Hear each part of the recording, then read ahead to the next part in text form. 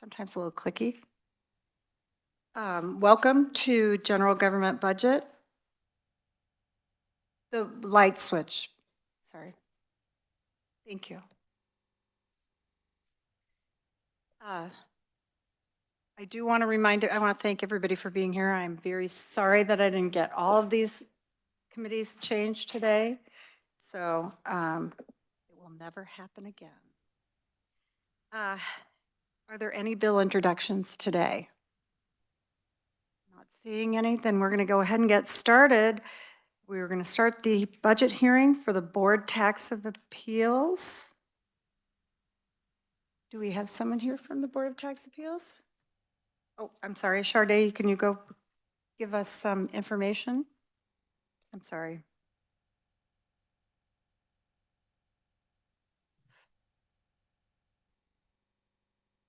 Good afternoon. My name is Charday Kane. I'm with Legislative Research. The mission of the Board of Tax Appeals on page 1 of the Board of Tax Appeals document that you should have before you is to resolve disputes between taxpayers and taxing authorities promptly and impartially, and to help maintain public confidence in the state and local tax systems. It has a regular division and a small claims and expedited hearings division. On page 2, in figure 3, the agency's fiscal year 2025 revised estimate is about $3 million, including 1.4 million SGF. This is an increase of 506,000 or 20.6% above the approved amount. In figure 4, you can see the summary of budget request. Item number 1, the agency carried over $32,978 in unspent SGF monies. Item number 2, the agency's revised estimate includes adding $30,000 SGF to transition small claims hearings from its staff attorneys to contracted hearing officers in fiscal year 2025. The Legislative Budget Committee deleted $30,000 for this supplemental request. Item number 3, the agency's revised estimate includes adding $25,000 SGF for salary increases for the agency's general counsel and 2 staff attorney positions in fiscal year 2025. The agency conducted a study and determined that the current salaries for these positions are not at comparable to other agencies. The Legislative Budget Committee deleted those funds. And now I'm on page 3. Item number 4, the bulk of the increase that you see in that $500,000 from figure 3 is related to the BOTA Modernization Initiative. This is $451,000, all from federal ARPA funds for the modernization project. These funds were previously approved by the legislature, and this project is not complete at this point. And I'm happy to stand for questions on fiscal year 2025. Seeing no questions, you can go ahead. Thank you. On page 4, you will find fiscal year 2026. In figure 6, the agency's request is for 2.6 million, including 1.5 million SGF. This is an increase of 212,000 or 8.8% above the 2024 legislature approved amount. Figure 7, you can see the summary of budget requests. Item number 1 is that enhancement request, again for the small claims hearing officers for 30,000 SGF. The Legislative Budget Committee deleted the 30,000. Item number 2 is related to the salary increases for 3 staff attorneys and the 3 staff attorneys. And the Legislative Budget Committee deleted those funds. Item number 3 on page 5 is related to salary adjustments for $105,000 related to the passage of 2023 Senate Bill 229. Item number 4 is related to contractual services for computer programming and staffing. And item number 5 is commodities totaling $10,900 for office supplies and data processing supplies. And that concludes fiscal year 2026. I would note that page 6 has a 10-year expenditure history table, and page 7 has a Board of Tax Appeals filing fee fund, as well as the filing fees listed on pages 8 and 9.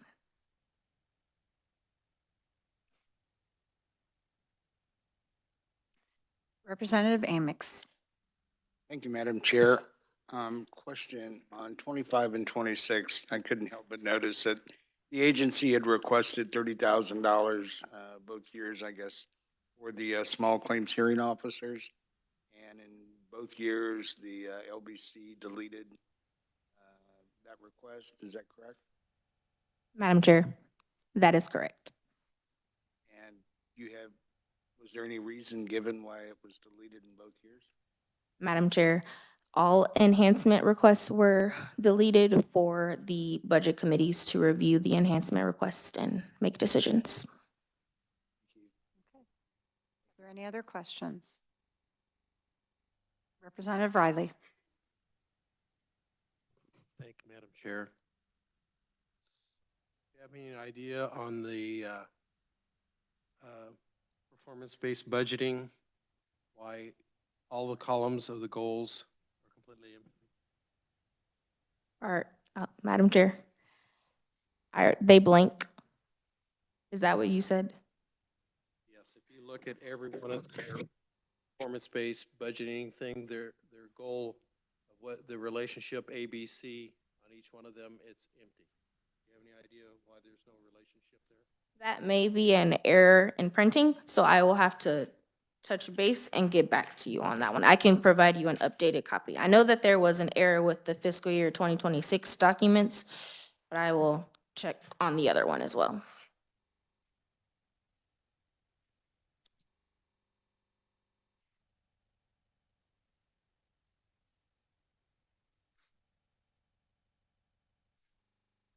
Perhaps that's a question for the Board of Tax Appeals. Did you just thought it was a printing problem, or was it correct? Madam Chair, I think I have to go back and look for sure, because I think there's two parts of the question. But for fiscal year 2026, there is a printing error, and I think he's asking about the goals themselves related to A, B, and C. So I will have to touch base with the agency and get an updated copy.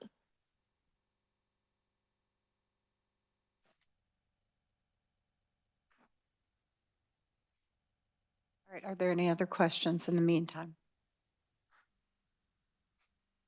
Thank you.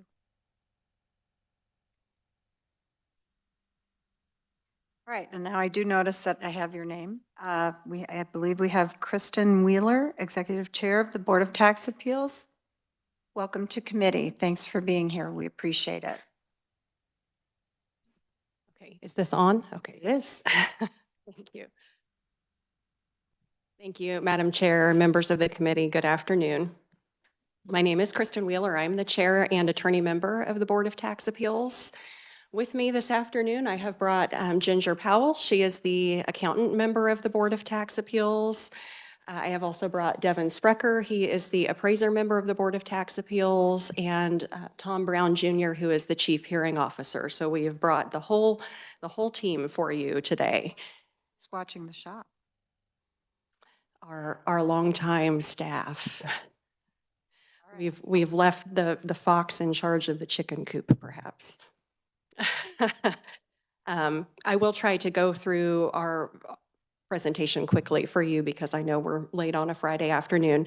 Myself, I intend to go through the contents of the submissions with you, give you an overview of our budget request and an update on general status of matters at the agency. Member Powell will then come to discuss various items within the agency budget, and she is available to answer specific questions about numbers, as she is the accountant numbers person and our guru on that. In the contents, just to give you a little overview, in the written testimony, that goes into great detail concerning the basis of our 2 enhancement requests.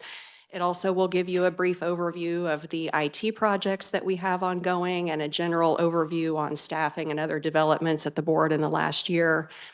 The narrative that we submitted goes into even more detail about the structure of the agency itself, the types of cases we hear, the number of cases, different dispositions of those cases, closure rates, and a lot of different performance metrics in great detail.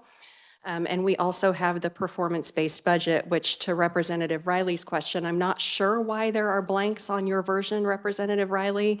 The Excel spreadsheet that I have, that we submitted, does not have blanks, but I don't have the version that you have in front of you, and so I'm not sure if there's a translation error or something of that, but certainly Ms. Kane and I can work together on that after today's hearing to figure out what the disconnect is on those things.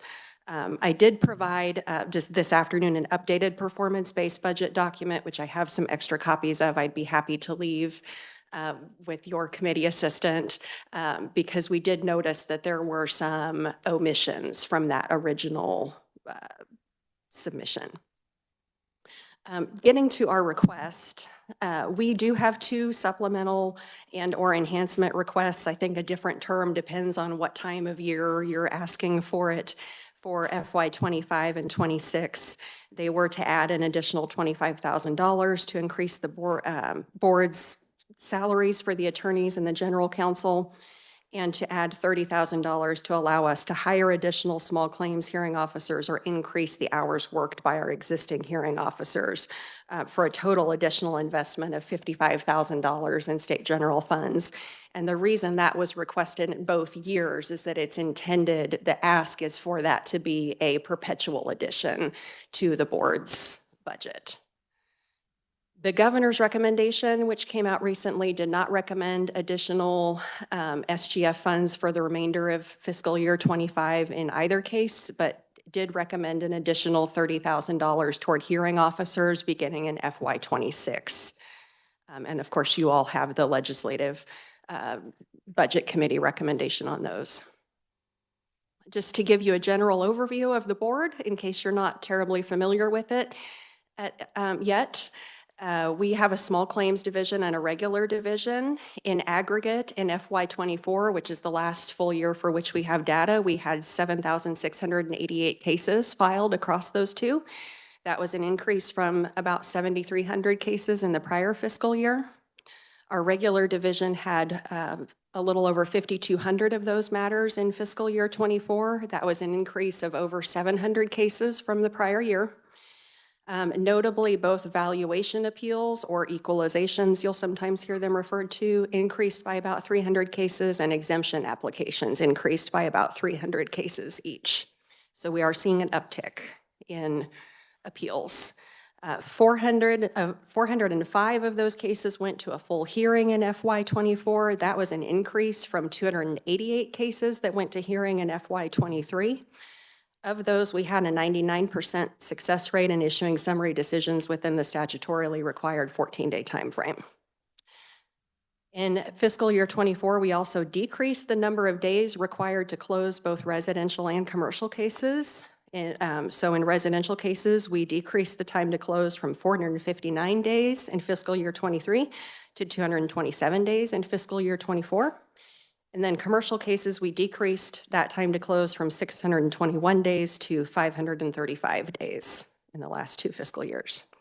Our small claims division had a total of 2,412 appeals in fiscal year '24, which is a decrease of about 300 cases from the prior year. But I would note that in fiscal year '23, we had an increase of 700 cases from the prior year. So still comparing FY '24 to FY '22, we're still seeing an increase in cases there.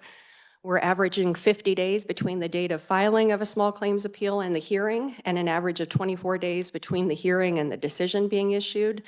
Those are both below the statutory time frames. So I firmly believe that while we are far from perfect, that we're continuing to move the needle in the right direction in terms of getting these cases resolved in a timely fashion, despite some challenges in the last year. One of those challenges was we lost a longtime staff attorney, Carl Edwards, in case any of you were familiar with him, retired in June of 2024. We're actively advertising for an entry-level attorney to fill that position right now. The lack of a third full-time staff attorney has had a significant impact on the board's operations and will continue to impact us until we can fill that position. To date, even though we've posted now for several months, we've had no interest in that position. We are taking some steps to temporarily relieve that issue, but there is no real replacement for having a third full-time staff attorney there. So we're hopeful that in this year we can see that person hired.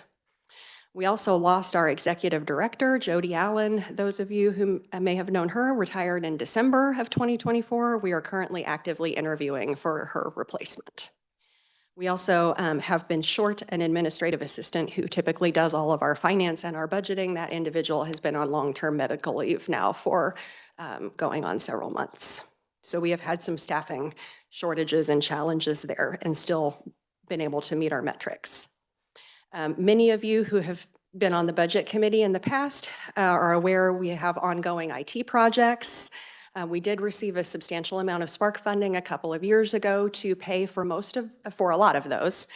The biggest of those projects is replacing our content management system. So that is the electronic system that manages all of the back-end documents associated with an appeal. The pleadings, the motions, the correspondence with the parties, the orders of the board, just any paperwork that is generated associated with the appeal is managed by this system. Our current system is defunct, no longer functional. We are making do with some workarounds. We've been working diligently with OITS, with their team, and with Jeff Maxson specifically to find a replacement for that system. We have identified one. We are in negotiations on that. The terms of that are confidential pursuant to an agreement that we have with that vendor. Our goal is for the implementation of that project to begin this year, hopefully sooner rather than later. And the intent of that is for the first 3 years of licensing and maintenance of that that product to be paid out in Spark funds. So it will be substantially funded by that grant and will use up most of that grant money that has not been spent. In the last year, we have implemented more Zoom hearings in our small claims division. So there was a statutory amendment in the last year that allowed at the election of the chief hearing officer for small claims hearings to be by telephone or video conference. So we have increased the use of Zoom in those conferences and offering that as a routine option. And we've also seen more and more taxpayers and counties elect to use the Zoom option in their regular division hearings. And we've been getting positive comments across the board as far as those alternatives go. We also are in progress to update our outdated website.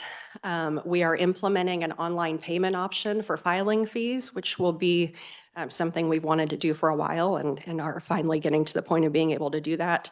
And we've also made some investments in outdated infrastructure, servers, firewalls, that kind of thing. And we will need to do some of that ongoing as well in conjunction with the content management system replacement. As far as our federal grant funds, those were considered all fully obligated as of December 31st of last year.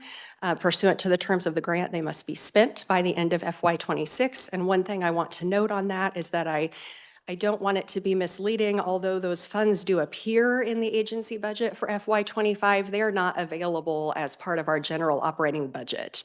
Pursuant to the grant, they are specifically earmarked for those specific IT projects that were named in the original grant application.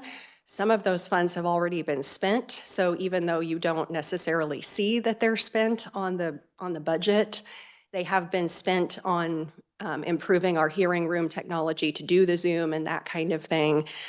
And so I don't want there to be a misunderstanding that we have that extra $450,000 just available to spend on anything we would like to spend it on. And I would then also note, and I think Member Powell will also cover this, that the majority of our requested budget increase for the remainder of FY25 and 26 is due to increases in salary. which are due to the passage of legislation on both statewide employees in general and board members. I don't want to spend a lot of time talking about our request for increase in attorney salaries. There's information on that in both the written testimony and the narrative, but I would note that request is twofold. One, in our internal investigation, we've discovered that there is a gap between what attorneys are being paid at our agency and what someone could go be paid at another agency or in another branch of government for similar work. And the second part of that is because our attorneys require a high degree of skill and expertise, we have a vested interest in, once we attract talent, in maintaining that person. We don't just take attorneys who have the general knowledge you get when you graduate from law school. Those people also have to develop expertise in appraisal theory and technique, issues unique to state and local taxation. They have to become well-versed enough in the issues to act on their own as hearing officers. And so it is a lot of extra investment of time and frankly, money and effort on the agency's part to get those people. And I do think the fact that we have not had any interest in our open attorney position shows that low starting salary that we can offer with the current budget is not very attractive to people who are coming out of law school and can go either to other agencies or frankly to private practice where they can make substantially more money. As far as our request for small claims hearing officers, I would encourage you all, if you're interested, to delve into the numbers and the written testimony and the narrative, because they are interesting in terms of the breakdown of when small claims cases get filed and the volume of them. But the key here is timing, and the key is that we want to allow our staff attorneys to focus the majority of their time on moving cases through the process. And right now, we are utilizing a lot of staff attorney time during the high periods of the year for small claims. They're acting as hearing officers. This is work that we could outsource to contractors who have appraisal experience and are able to do that work, but can't work for us as full-time employees. So we have made this request conscientiously. Rather than ask for an additional FTE or more than one FTE, we have asked for money to allow us to hire basically temporary contract employees to allow our attorneys to focus their time on resolving cases. I would note, again, by statute, we must hear all small claims matters within 60 days of filing and issue a decision on those within 30 days of the hearing. So that is basically a 90-day window to process a small claims matter from the time that it arrives in our office until the time that it leaves and goes back to the taxpayer. We have 2,400, let's say roughly in FY24, small claims appeals. Of those, 2,100 of those were received in the months April, May, and June. June alone, I think, was 1,200 or 1,400 of those. So that means the time to that 90-day window to process those 1,400 appeals that runs in June gives you a very tight time frame to do a whole lot of work. In case you're wondering how many hours we're talking about in hearings, in FY24, we had 955.25 hours spent on the hearings. So each one of those receives at least a 30-minute hearing, some more. So that 955 hours includes just that 30 minutes spent in the hearing, not the time to prep for the hearing, not the time to review evidence after a hearing, not the time to write an opinion or do legal research or any of the things associated with that. That translates into 158 full hearing days over a very short period of time. Our staff attorneys did 84 of those hearing days, so over 50%. And that would be an average of roughly 30 full hearing days per staff attorney in a 3-month period of time. And again, that is time just spent in the hearing, not time spent preparing opinions or doing any other work associated with those. And that directly translates to time those staff attorneys can't assist with regular division matters like equalization appeals, tax exemptions, grievances, and all of those other 7,000 appeals that we get every year. Right. I think my last note on that would be, I think that this request is even more relevant this coming into this small claim season, as we are missing a long-time staff attorney who had over 30 years of experience, and he directly did the second most hearings for us last year as a hearing officer. And so I think this is particularly critical now. Even if we hire a new staff attorney tomorrow, that individual is not going to have the expertise necessary to do their own hearings for a whole summer of small claims hearings. They will still be learning. And again, we made that request to be conservative and not request another full-time position, although I certainly think that we could make an argument that we're understaffed in general, but that is perhaps a discussion for another day. With that, I would be happy to stand for questions if you have any for me, or Member Powell could come and discuss some specific numbers with you. Thank you. Representative O'Hobson. Thank you, Madam Chair. Thank you for your presentation. You talked a lot about the labor shortage, and you also talked about the increases with respect to salaries, with respect to attorneys. Do some of these attorneys in the agency, do you guys also have staff as well that help with respect to attorneys doing their investigation and all of that? Is there staff that are required to help them as well that you guys are in shortage of as well, or? Yes, when you break down, we have 16 full-time positions. 4 of those are the 4 board members who are here. One of them is an IT manager. We have a general counsel and 2 staff attorneys, and then the remainder are administrative positions. So really, we have 7 administrative assistants who are doing the bulk of the, I don't want to say grunt work, but I can't think of a better term right now. The boots on the ground work of the docketing and the calendaring and the processing and the copies and the corresponding with individuals. And it is quite a bit of work for, I mean, if you just divide the numbers, we have 7,600 appeals and 7 administrative individuals processing that. That's over 1,000 cases per person in a year. So in other words, more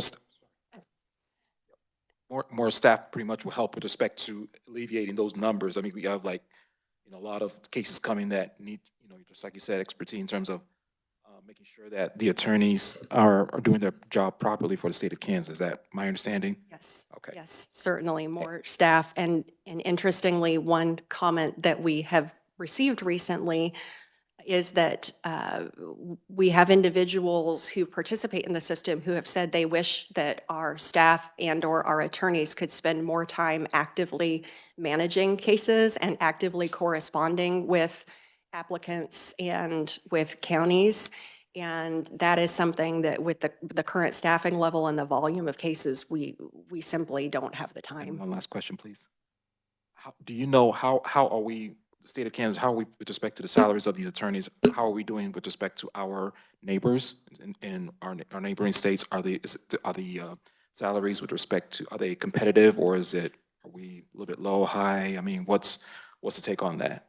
I have not personally done that research to know compared to other state boards of tax appeal or similar entities in other states. The one thing I do know is that it is wildly different. Every state, the way that they have set up their appellate systems for taxation is,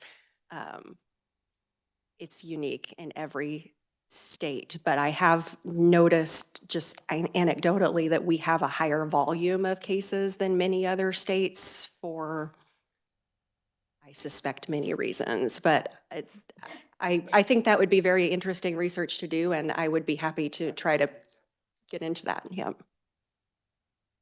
right. Does anyone else have a question? Yes, Representative Amix. Thank you, Madam Chair. You had said that it was hard to keep attorneys in your office because they can go to another office or agency inside the state. Who's paying better than you guys? Most people. Actually, I wouldn't say it has You been were saying similar kind of work, so. similar kind of work. The Attorney General's office, the Corporation Commission, the revisor's office pays better than, I mean, there are a number of, and we tried to look at other agencies that used attorneys who did administrative type hearings. And we found that we were the lowest. Representative Riley. Thank you, Madam Chair. So I remember from the last couple of years, as you mentioned earlier, you're working on software upgrades. So, and I think you did a good job of kind of explaining it's in process. So those new software packages and the ones that you have installed, I know a lot of the new ones are wanting you to put that up on the cloud. Mhm. Do you have any control whether they're doing that and where that cloud is stored? That is partly a question that I think would be better answered by OITS, but I will do my best as the non-IT person. The systems that we are looking at are all FedRAMP certified. I think that's the right term. My IT manager who's watching may be rolling his eyes at me. They all meet the high criteria for having, if they use cloud services, for having the cloud located within the United States. There are some systems that we looked at that required you to pay extra for the option to keep it within the United States. That was a different vendor than what we have chosen, but we have chosen a product that if we go with the cloud, that it will meet those certification requirements. And it is a product that we have worked directly with OITS on acquiring or on selecting this vendor, and we have done that with their blessing. And that team is led by Jeff Maxson. So I feel very comfortable that it meets their criteria for security. It's also a system that could, depending on how it shakes out in terms of budget and different requirements, it could be installed on servers that are located either in our office or, physically in the OITS environment, or it could be located on the cloud. And that is one thing that we're still working on, the parameters and the technical specs of that. All right, are there any other questions? I have a few of myself. Okay. Myself. When you listed the small claims, why were there none in October 23? There's 0. Filed in October, I mean, were you shut down the whole month? I mean, No, I suspect, and I would have to go look to confirm, I suspect it's just a matter of timing. Taxpayers have a certain window of time where they have to file their appeal after they receive their valuation notice. And so valuation notices, the last one has to be sent out by May 20th. And some counties have a practice that they do their informal appeals and they send their final notices to individuals kind of as those appeals are resolved. Other counties have a practice of waiting until the last possible day and then they send all of them out at once. So that kind of blanket practice of everything getting sent out at once is why we see a large volume of appeals come into our office at the same time. Because if county releases 1,200 results on May 30th, then all of those 1,200 taxpayers have 30 days to get their appeal into us. I suspect it's just a matter of timing that we didn't get any in October because the time had already run for everybody to have filed their small claims appeals. And I will say, I tend to speak most about residential and small claims because that's the bulk of them. By statute, all residential appeals must go through the small claims division. There are other cases that we get throughout the year where the taxpayer has the option to go to small claims. And so when I talk about the volume and the timing, that generally I'm talking about residential small claims Okay. appeals. all right. And then I noticed that a lot of your budget are filing fees. All right. What do you use that money for? Or is it spread out among your, what are you allowed to use that money for? There's no particular limitation as far as we can pay X bill with filing fees and we can pay this other bill with state general funds. It's all part of the general operating budget. Okay. So it's just that part of our operating budget is fee funded and part of our operating budget is state general fund. Okay, what have you been, have you raised your filing fees? Have you, I have a problem sometimes with fee things because I think we charge a lot in the state of Kansas for. We have not raised filing fees, and I was afraid that I would get asked this question and not have the answer. I would say at least 10 years. We have not raised Okay. fees. I would note that Filing fee receipts used to be much higher. Many years back in the legislature, there was an amendment to remove filing fees entirely for single-family residential appeals. That cut the filing fee receipt, and I'm not making any kind of value judgment there. That just is a fact of what happened. So there are certain categories like single-family residential or nonprofits where they pay a either no filing fee or a reduced filing fee. But no, those fees have not been increased in many years. There is, at least there's been some discussion on the Senate side a few times of doing away with fees entirely, and that is obviously a very substantial discussion then, as all of that funding would come from general fund. Okay, then I have another question, and couldn't find it in a printout of things that I'd been given and asked for. What is your ending balance at the end of your fiscal year?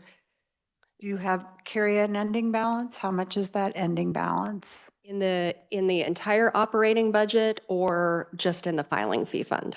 Entire budget. Well, we were reappropriated about $32,000, if I am correct, at the end Yes. of last year. So that would have been what was not spent in state general funds.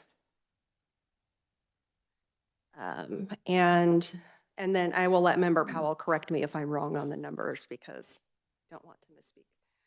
The ending balances in the filing fee fund can be found. I'm not really, and I'm not as concerned about the filing Okay. fee, but the interesting part for me is, why didn't you spend that 30,000?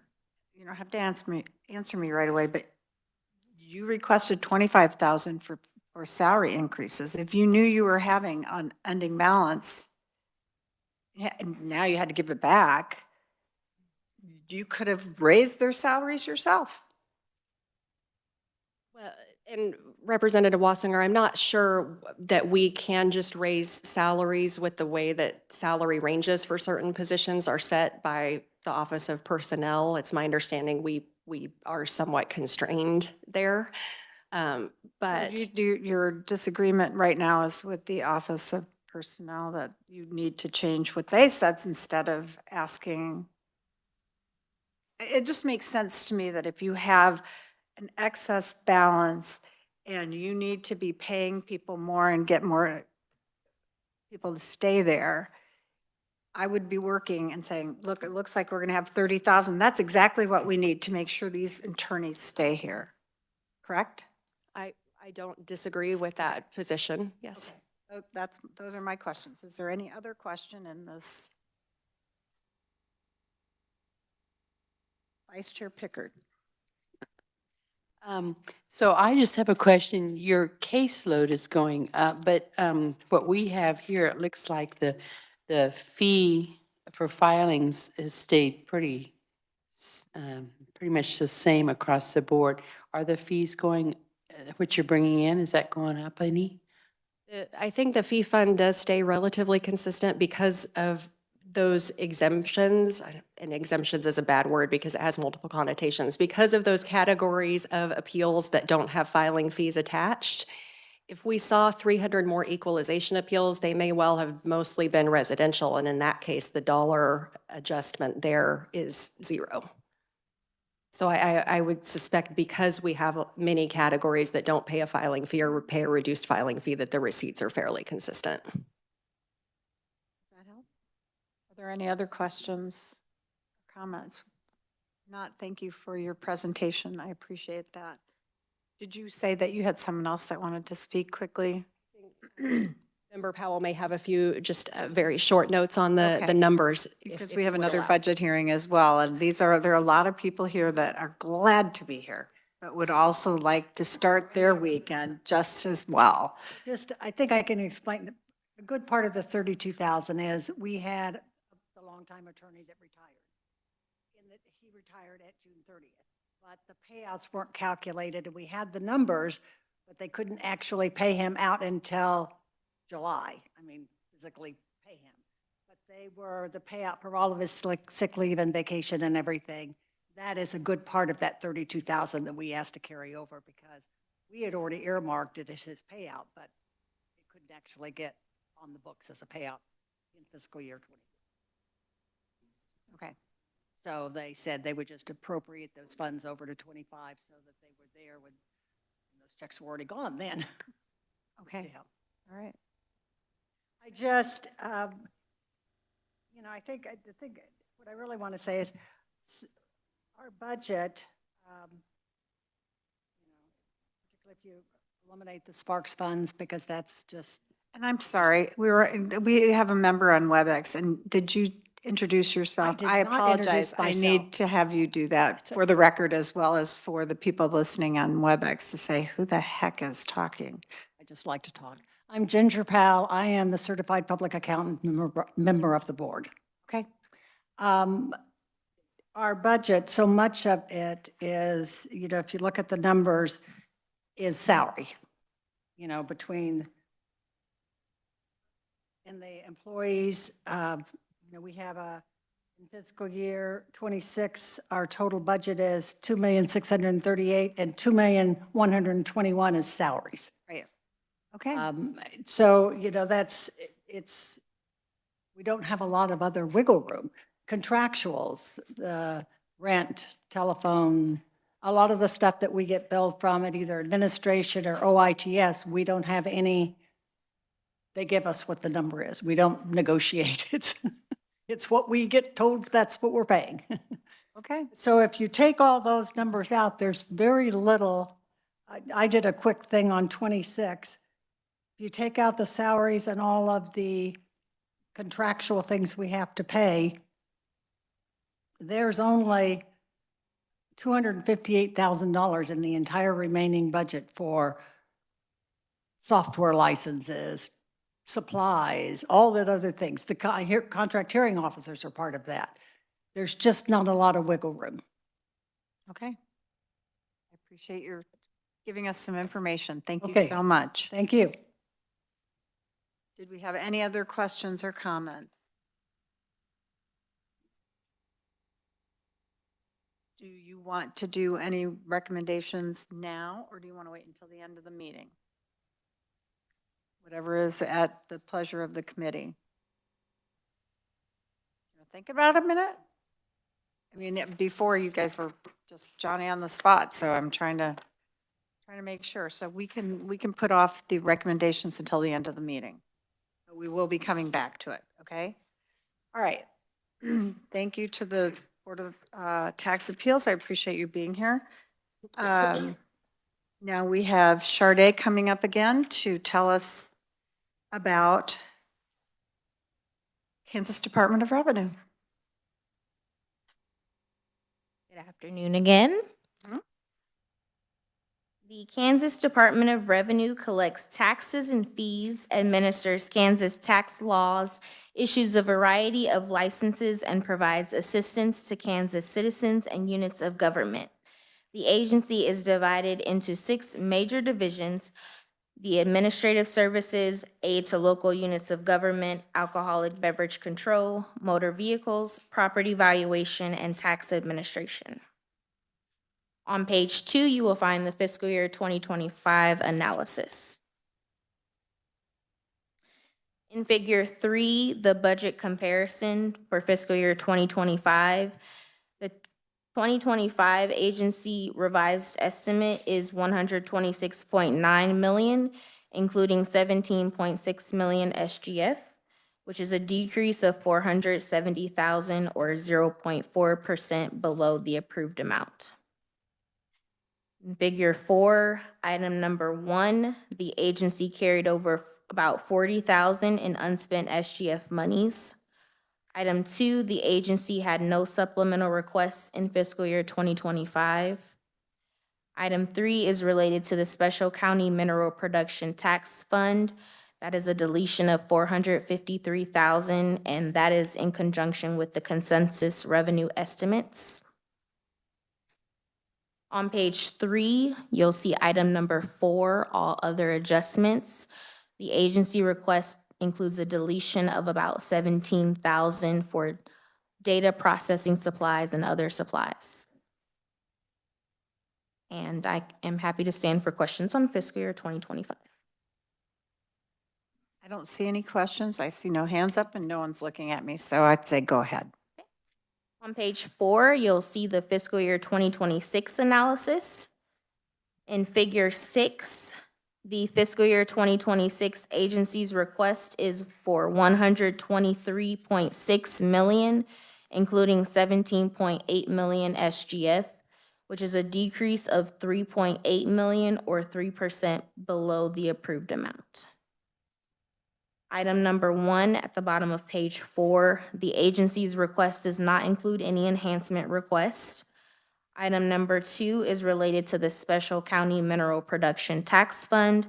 That is a deletion of $603,000 related to the consensus revenue estimates. On page 5, the majority of the deletion is due to the completion of the license plate replacement project.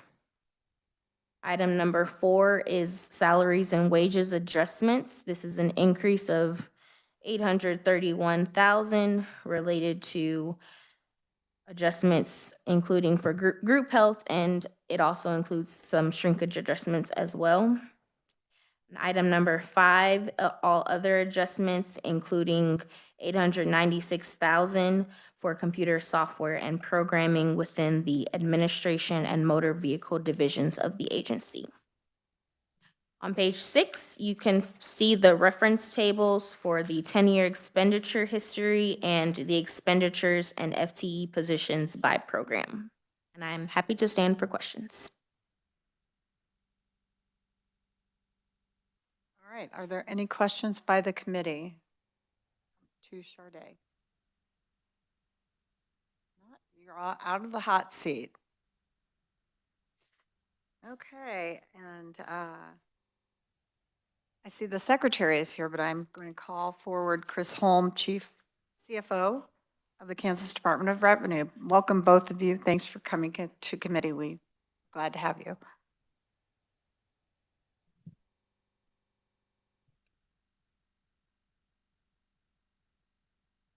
Good afternoon, Madam Chair. I'm Chris Holm. I'm the Chief Financial Officer at the Department of Revenue. And as you said before, with me today is Secretary Mark Burghardt, also Zach Denny, he's our Director of Legislative Affairs, and Ted Smith, our General Counsel, is also here as well.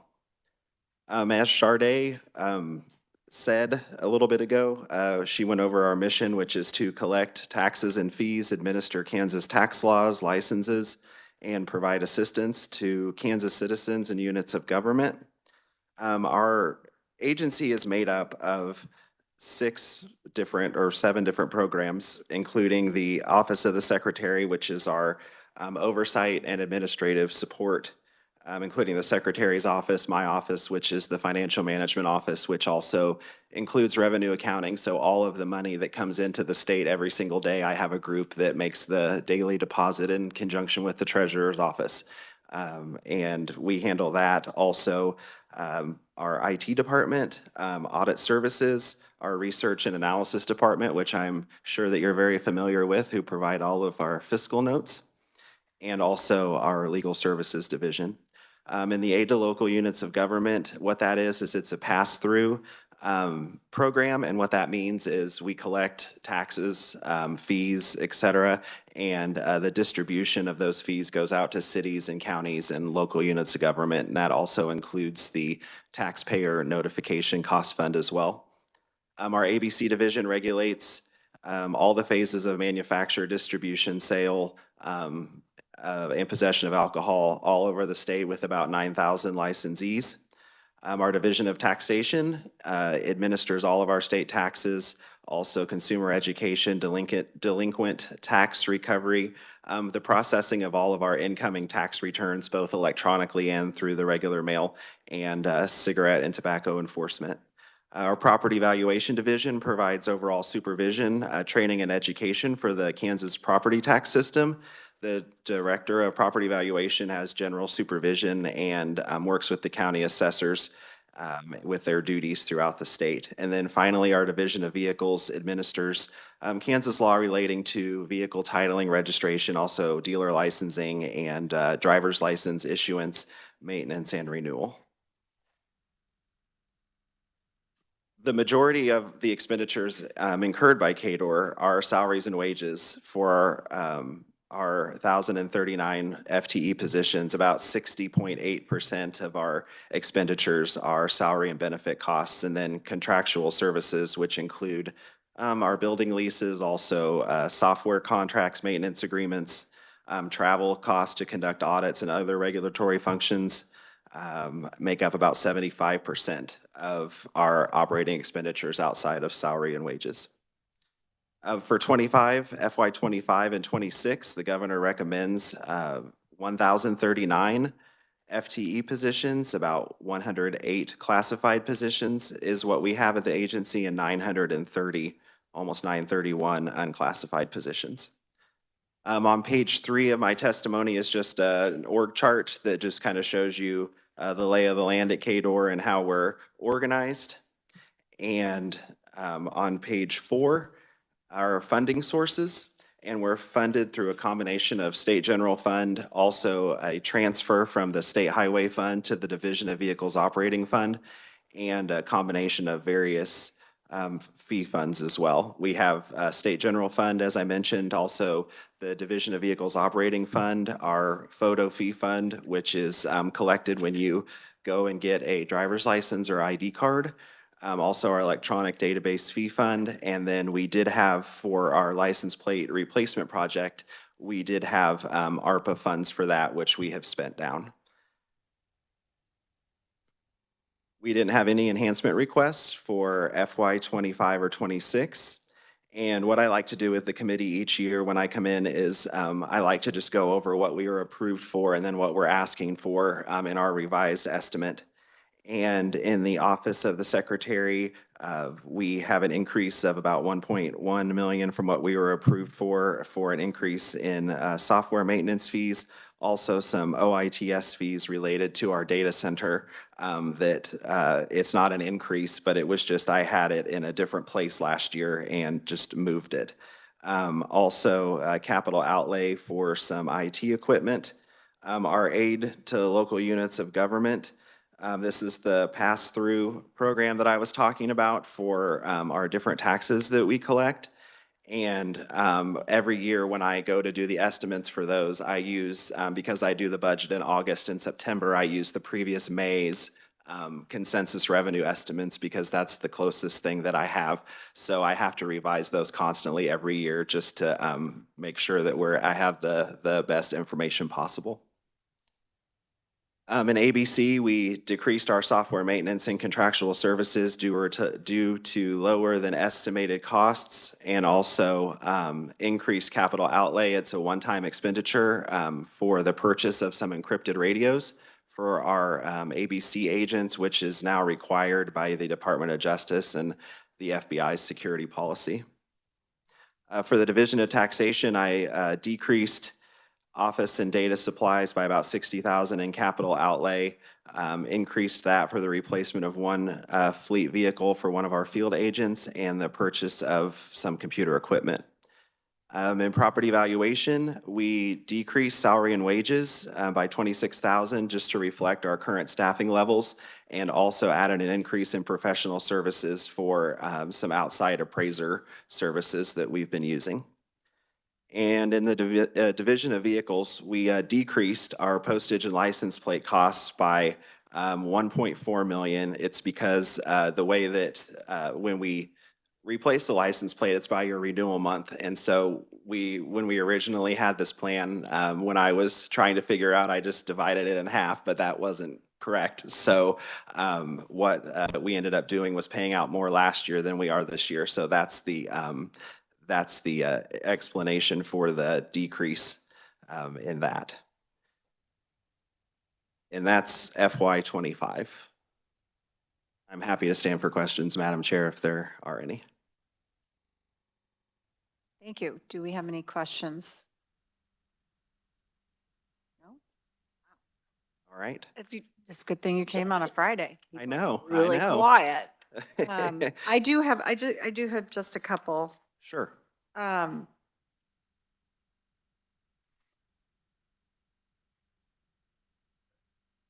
pass-through that you go to local governments, In the division of motor vehicle type thing, there's usually extra funds that are given to the county treasurer for their own decision on how to spend it, and it doesn't show up in county budgets.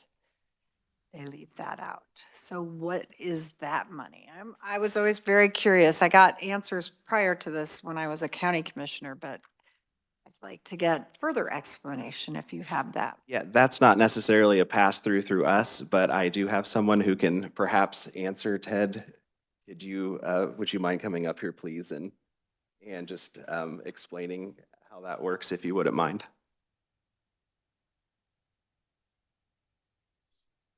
My name's Ted Smith. I'm Chief Counsel with the Department of Revenue. I have a long history in motor vehicles. So do many of us, but not the same kind of long history, but.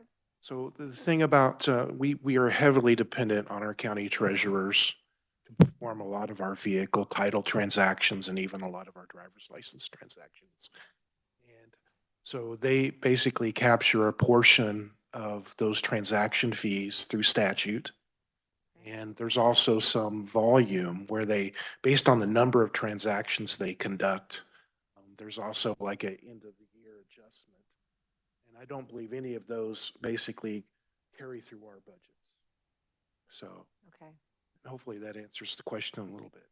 Kind of. Okay. There was one other, I did circled photo fee fund because I was trying to figure out what that was, but that's pictures for driver's licenses. The photo fee fund, is that what you're asking about, Madam Chair? Yes, what that is when you go into your driver's license station or you renew online and you get your new license or ID card, we charge what we call the photo fee, but that's actually for the printing of your, driver's license? yes, correct. Okay. All right. I want you to know that your paper driver's license kept my youngest son in TSA for quite some time. They had to find a lot of upper people in the airport to say, you know, that's what Kansas does. So I appreciate that they come back pretty quickly, but it causes great consternation in TSA and other states. So Dan, I'm sorry that happened to you you. hear a lot of that? I don't personally, because that's not really my wheelhouse. I deal with the budget and money piece, but I will take that back. Okay. All right. All right. Any other questions or any other comments at this time? Okay. All right, we'll go ahead, Madam Chair, and go to FY26. It's a decrease from our FY25 budget request of 3.3 million. And what that basically is it's the end of the driver or the license plate replacement project, and then offset by an increase in group health insurance. The employer share is going up in FY26, and that's going to cost us about $780,000.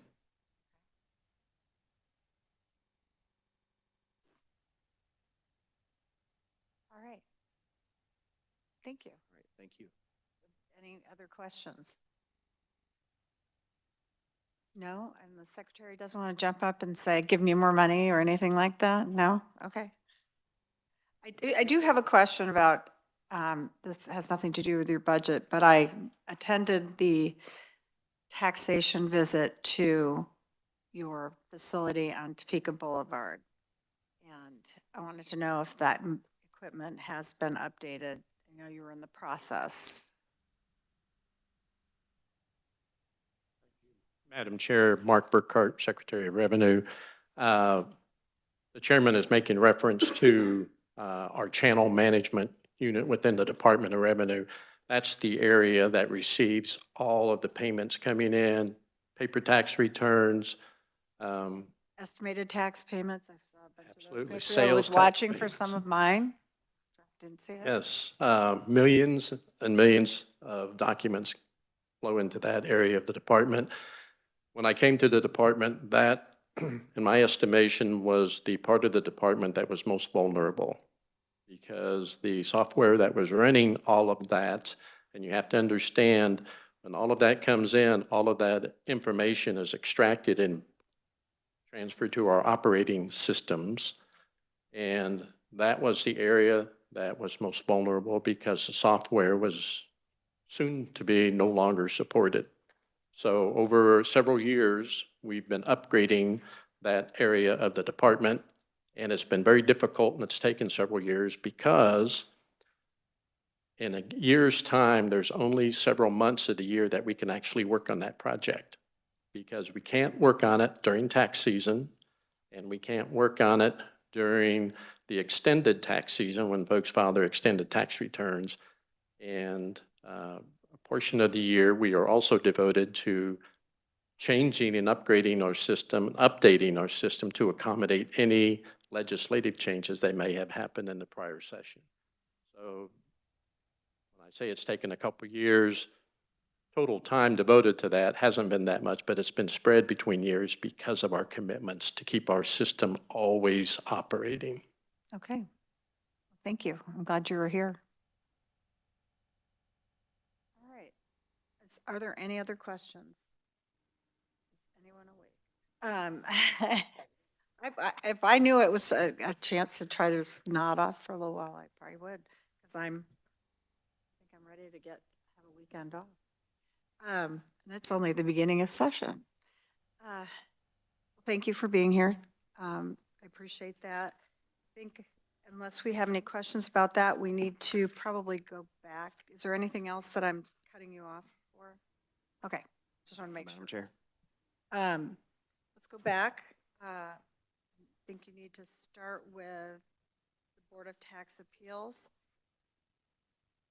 Is there anything that is the pleasure of the committee in terms of recommendations? Madam Chairman, Representative Amix. yeah, thank you, Madam Chair. I look at their budget and I realize that the Board of Tax Appeals, and similar to you, we've sat on county commissions where I know I spent one summer being a member of Board of Equalization, and I realized that trying to take care of the tax-paying public in a timely fashion, and realizing you have 90 days, or they have 90 days to get these back out. I think the argument can be made for at least the 2026 $30,000 request, and I'd be more than happy to make that adjustment. The 2025 adjustment, I think the $32,000, similar to some of the comments that you made, I don't understand why that it wasn't taken care of, in 2024, but I'm sorry, in 2025. But, I do understand, people retire and there's fund balances and all that fun stuff. But, I could look at the increase in both years because, like I say, I think that the argument can be made here. It goes to help the public who are filing appeals of tax valuation in majority of these cases. Okay. Would you like to prepare a motion?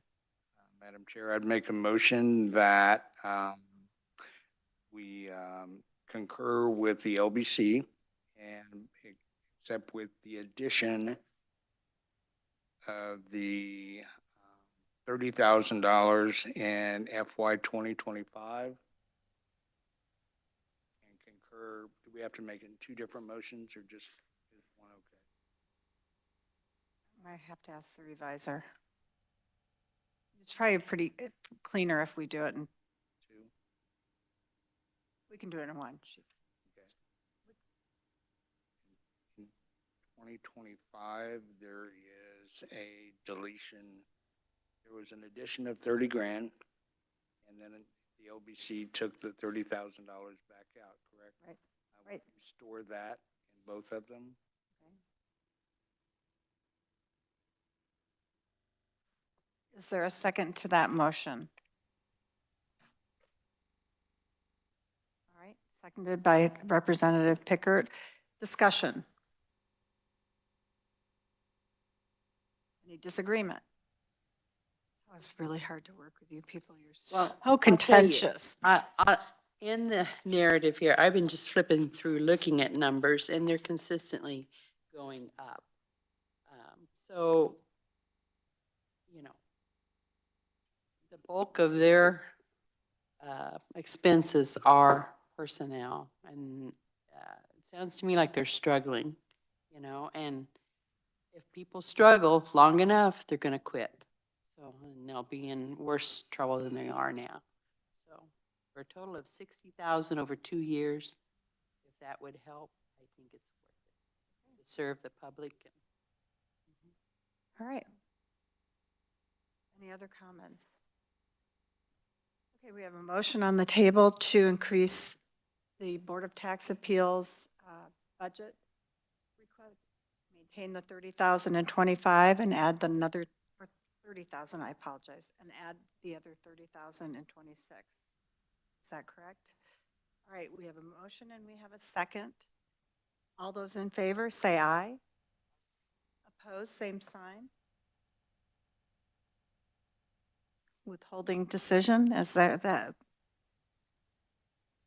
Okay, well, then the motion passes.